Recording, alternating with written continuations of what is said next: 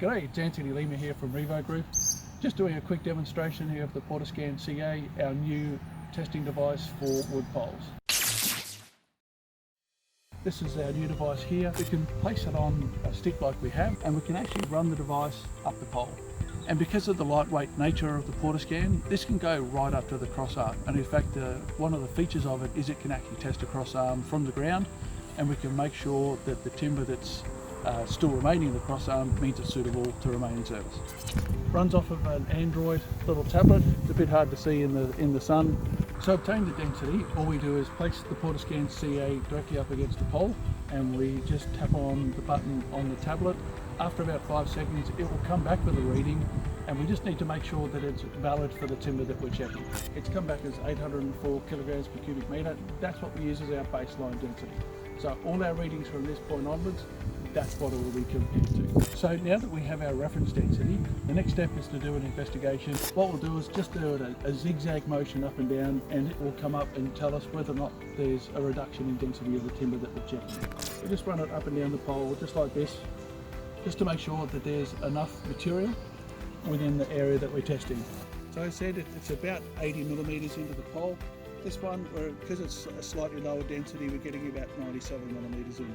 So we're essentially seeing all the way into this pole. So we've completed the investigative scan all the way around the pole. In this case, the pole has actually come up pretty well. But just in case we had come up with a defect, and that could be a result of rot or termite, something like that, what we do is we then do a circumference scan. Basically, we start in line with the wires. Basically, at about half speed, we just run our way in an anti-clockwise direction, just around the pole like this. And as we're going around, it's going to show us if there's a defect around the pole or not. We know that we can see some defects as they pop up on the screen. There's a couple of elements within the software, and what it does, it looks at the height of the readings that come back and the number of those readings as a comparison to the overall number that we've collected. So we've got 10 readings out of 40.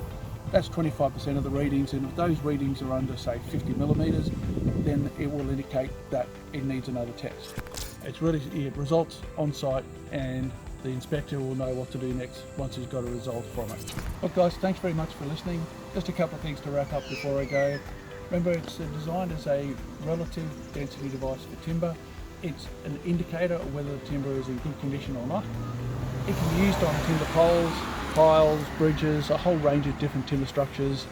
And the whole thing is, it's designed about safety for the person who's using it. It's designed about ease of use and getting a sense of whether or not the timber should stay in service or not. Until next time, thanks for listening.